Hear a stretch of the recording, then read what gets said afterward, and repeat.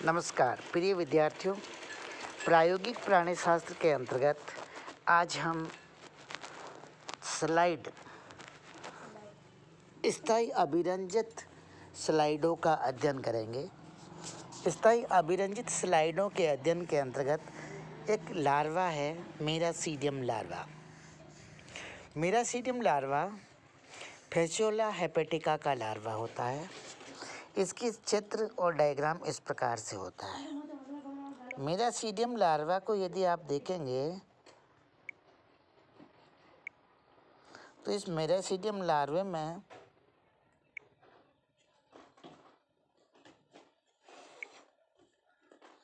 क्या क्या संरचना पाई जाती है। इन संरचनाओं को यदि हम डिटेल से देखें तो ऊपर की ओर इसमें एपिकल पेपिला पाया जाता है। एपिकल पेपिला के अंतर्गत इसके बाहर की पूरी जो एपिडर्मिस होती है वो सीलिएटेड होती है, इसलिए यहाँ सीलिया लिख रखा है। एपिकल के पेपिला अंदर की ओर एक ग्लैंड में खुलता है जो कि एपिकल ग्लैंड कहलाती है।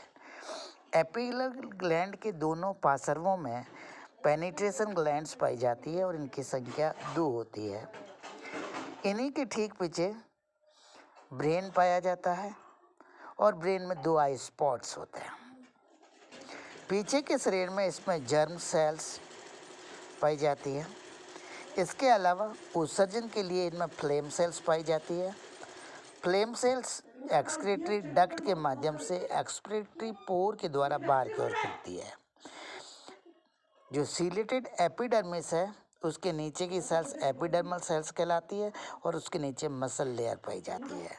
तो ये डायग्राम में जो संरचनाएं दिखाई देती है उनका हमने देख लिया है। अब मैं इसके टेक्स्ट पे आपको लिए चलता हूँ। फेसियोला हेपेटिका का जो लार्वा होता है, पहला लार्वा इसे मीरासीडियम लार्वा कहलाता है। मीरासीडियम लार्वा मुक्त रूप से तैरने वाला प्रथम लार्वा है। इस लार्वे का परिवर्तन जो है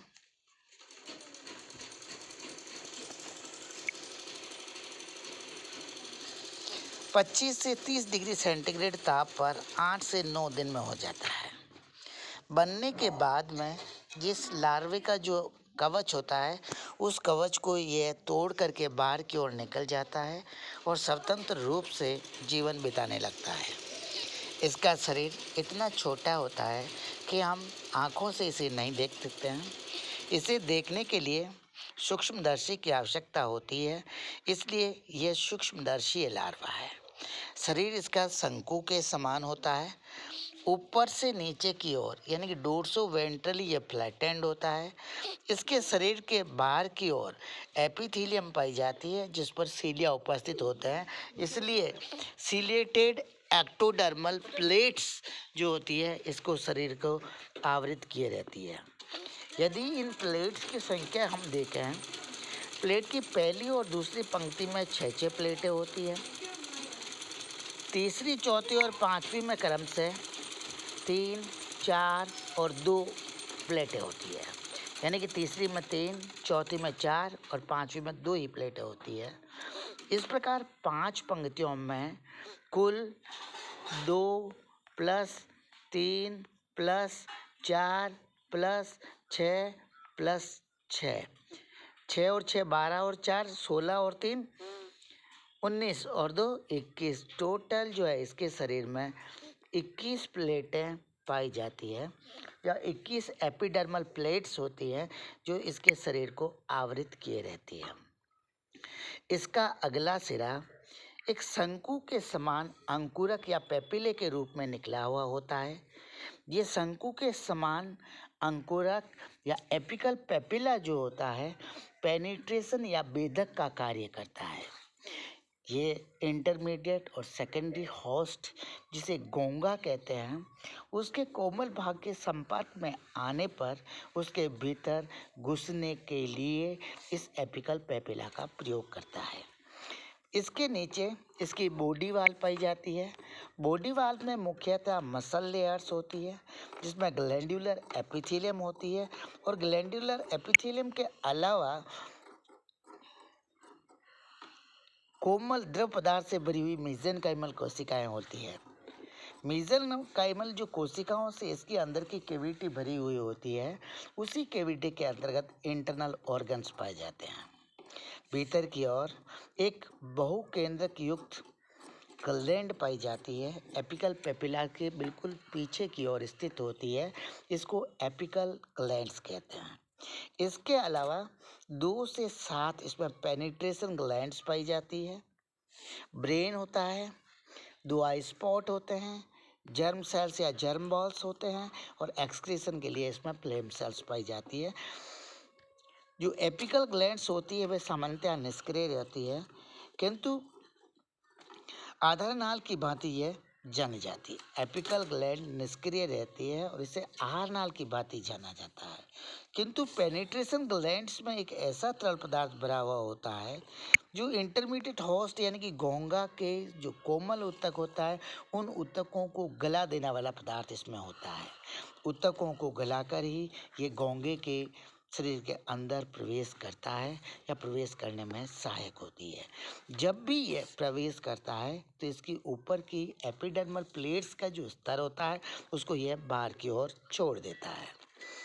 पूरे का पूरा जो मेरासीडियम लार्वा है उसमें जो पक्षमाभ होते हैं वो पाए जाते हैं और वेदक ग्रंथियां जो होता है इसके लार्वे जीवन के लिए ठीक अनुकूलन होता है।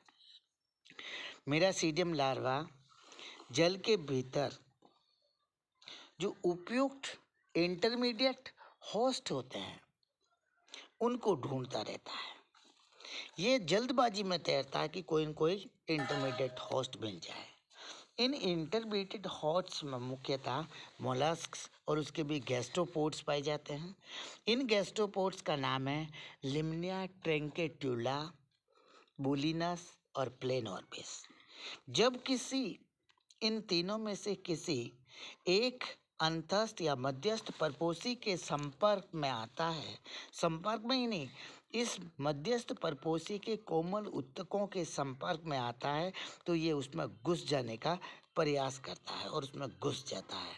उसमें घुस जाने के पश्चात इसकी आगे की प्रावस्था जिसे स्पोरोसिस्ट कहते हैं उसमें यह बदल जाता है। यदि मेरासीडियम के निर्मुक्त होने के 24 घंटे के भीतर उपयुक्त पोषी नहीं मिलता है या उपयुक्त पोषी की जो कोमल ऊतकों के संपर्क में नहीं आता है तो ये जो कोई पदार्थ मिलता है उसके अंदर घुस जाने का निरंतर प्रयास करता रहता है। 24 घंटे में उपयुक्त स्थल या उपयुक्त पोषी नहीं मिलने पर यह मर जाता है। इस मेरासीडियम लार्वे की पहचान के लिए हम कह सकते हैं कि इसके सिलेटेड एपिथेलमिस या सिलेटेड एपिडर्मल प्लेट्स का पाया जाना, पेनिट्रेशन ग्लैंड्स का पाया जाना, एपिकल ग्लैंड्स का पाया जाना फैसियोला हेपेटिका की पहचान की लक्षण है। यह स्लाइड या कंटेंट आपके समक्ष प्रस्तुत कर रहा हूँ मैं प्रेम सिंह चौहान, सह आचार्य प्राणीशास्त्र। इस डायग्राम को आपको काली वाली फाइल में बनाना है और बनाने के पश्चात ये कंटेंट लेकर हमसे चेक कराना है। Thank you for watching this video. अपेक्षा करते हैं कि यह वीडियो आपको अच्छा लगा होगा।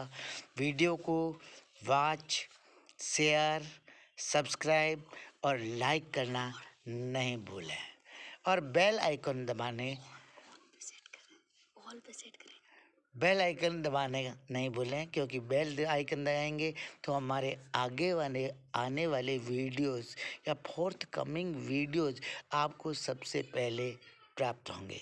साथ ही आप हमारे चैनल को सब्सक्राइब करें और प्राणी शास्त्र के अध्ययन का लुत्फ उठावें। धन्यवाद।